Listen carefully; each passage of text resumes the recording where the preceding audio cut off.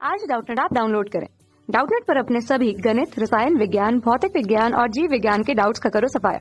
बस प्रश्न की फोटो खींचो, एक ही प्रश्न को क्रॉप करो और तुरंत वीडियो सोल्यूशन पाओ। अभी डाउनलोड करें। हेलो दोस्तों, हमारा प्रश्न है तरंग संचरण में हमारे पास विकल्प दिया गया है। पहला है समतल तरंग के लिए तरंग तीव्रता नियत रहती है। दूसरा विकल्प है गोलीय तरंग के लिए तरंग तीव्रता स्रोत से दूरी के व्युत्क्रमानुपाती में घटती है। तीसरा विकल्प है कि गोलीय तरंग के लिए तरंग तीव्रता स्रोत से दूरी के वर्ग के व्युत्क्रमानुपाती में घटती है। और चौथा विकल्प है गोलीय तरंग की कुल शक्ति स्रोत को केंद्र मानकर खींचे गए गोलीय पृष्ठ पर सदैव नियत रहती है। ठीक है, तो हमें इन चारों विकल्प में से चुनना है कि कौन सा सही होगा तरंग संचरण के अगर हम संदर्भ में देखें। ठीक है, देखो अगर हम विकल्प को देखें तो यहाँ पे समतल तरंग, गोलीय तरंग और गोलीय तरंग अर्थात जो समतल तरंगार्ग और गोलीय तरंगार्ग होता है। ठीक है, इसकी अगर हम बात करें तो गोलीय तरंगार्ग क्या होता है पहले हम समझते हैं कि अगर कोई प्रकाश स्रोत है, ठीक है, और कोई बिंदु प्रकाश स्रोत हम मान ले रहे हैं एस। ठीक है, तो अगर हम एस बिंदु स्रोत को अगर क्या करो, हाइगेंस की जो तरंग सिद्धांत थी उन्होंने प्रकाश की जो तरंग प्रकृति की व्याख्या की थी उनमें उन्होंने तरंगार्ग को परिभाषित किया था और वह माध्यम में उत्पन्न विक्षोभ के रूप में प्रदर्शित किया था कि अगर कोई बिंदु स्रोत है और इससे उत्पन्न प्रकाश सभी दिशा में संचरित हो रही है, तो अगर हम इसके बिंदु स्रोत को केंद्र मानकर सिग्मा कोई पृष्ठ खींचे तो प्रकाश जिस बिंदु पे पहुंचती है वहाँ के माध्यम के जो कण होते हैं वह समान कला में एक ही समय में क्या होते हैं, वह कंपन कर रहे होते हैं। ठीक है, तो जैसे मान लो कि यहाँ पे प्रकाश पहुंचे, ठीक है, तो यहाँ के जो भी कण होंगे वो क्या होंगे, एक ही कला में कंपन कर रहे होंगे और उन कणों का अगर हम बिंदुपथ खींचे तो कुछ इस प्रकार से हमें दिखता है। ठीक है, तो ये जो हमारा बिंदुपथ होता है यही क्या कहलाता है, तरंगार्ग कहलाता है। ठीक है, तो ये जो तरंगार्ग होता है ये क्या होता है, गोलीय तरंगार्ग होता है और इसी गोलीय तरंगार्ग के रूप में प्रकाश सभी दिशाओं में फैलती है। ठीक है, ये क्या है, तरंगार्ग, और ये किस प्रकार का तरंगार्ग है, गोलीय तरंगार्ग है। ठीक है, अब यहाँ से एक और बात आती है कि अगर जो किरण प्रकाश की चलने की जो दिशा होती है उसे हम क्या कहते हैं, किरण से परिभाषित किया उन्होंने और बोला गया कि किरण जो होती है वह तरंगार्ग पे क्या होती है, लंब होती है। हर एक तरंगार्ग पे अगर आप देखोगे तो ये क्या होती है, लंब होती है। ठीक है, तो ये जो चलने की प्रकाश की ये किरण जो होती है प्रकाश के चलने की दिशा को निरूपित करती है। ठीक है, तो ये थी तरंगार्ग और किरण के लिए। ठीक है, अब अगर हम समतल तरंगार्ग की बात करें, ठीक, तो समतल तरंगार्ग के लिए हमें क्या करना पड़ता है, बेलनाकार प्रकाश स्रोत का इस्तेमाल करना पड़ता है। ठीक है, बेलनाकार प्रकाश स्रोत से जो उत्पन्न तरंगार्ग होती है, ठीक है, वो कैसी होती है, समतल होती है कुछ इस प्रकार से। ठीक है, ये तरंगार्ग जो होती है उसका बिंदुपथ आप अगर खींचोगे तो ये समतल के रूप में हमें प्राप्त होता है। ठीक है, यहाँ पे ये जो अक्ष होता है, ठीक है, ये इसका मान लो ये क्षेत्रफल है। ठीक है, एस क्या है, ये अनुप्रस्थ काट का क्षेत्रफल है बेलनाकार स्रोत के।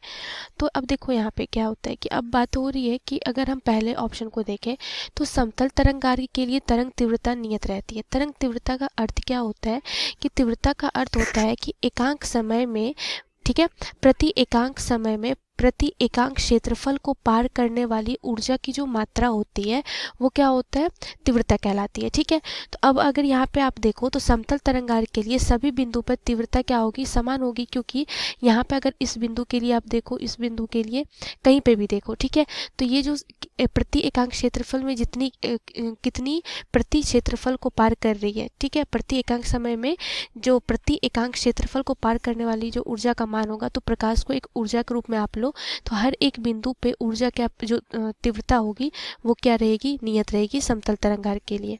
ठीक है, तो पहला विकल्प तो क्या हो जाएगा, ये सही हो जाएगा।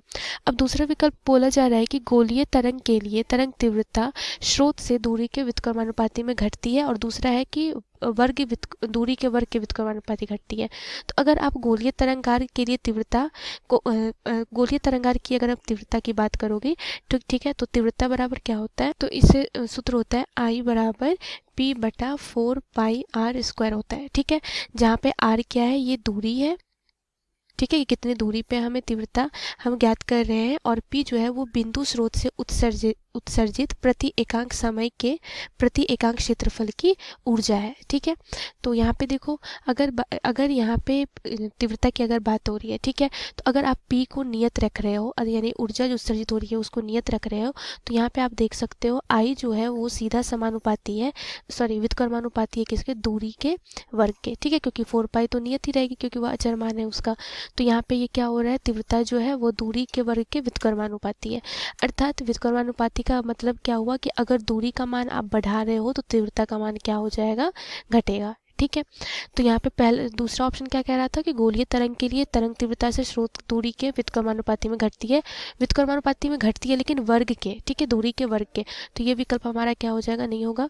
अब तीसरा विकल्प है कि गोलीय तरंग के लिए तरंग तीव्रता स्रोत से दूरी के वर्ग के व्युत्क्रमानुपाती में घटती है, तो ये हमारा सही विकल्प होगा।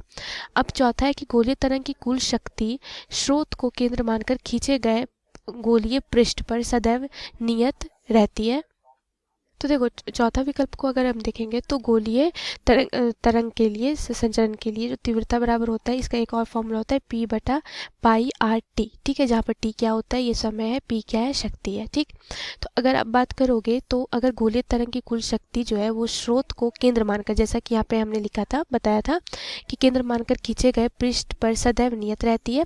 तो यहाँ पे आप देख सकते हो कि प्रति एकांक समय में अगर हम शक्ति की बात करें, ठीक है, तो यहाँ पे अगर अगर हम देखें तो हर एक पृष्ठ पे अगर हम देखें, ठीक है, तो उसका मान क्या रहेगा, सदैव कुल शक्ति का मान क्या रहेगा, नियत रहेगा। ठीक है, क्योंकि यहाँ से इस सूत्र से आप देख सकते हो कि अगर हमारा T जो है वो क्या रह रहा है, नियत रह रहा है, तो I सीधा समानुपाती है शक्ति के। ठीक है, तो अगर गोलीय तरंगार को आप केंद्र मान के करोगे तो ये इस तरह से तरंगार के रूप में रहता है, और हर एक जगह पर अगर आप देखोगे तो गोलीय तरंग की कुल शक्ति क्या होती है, गोलीय पृष्ठ पर सदैव नियत रहती है।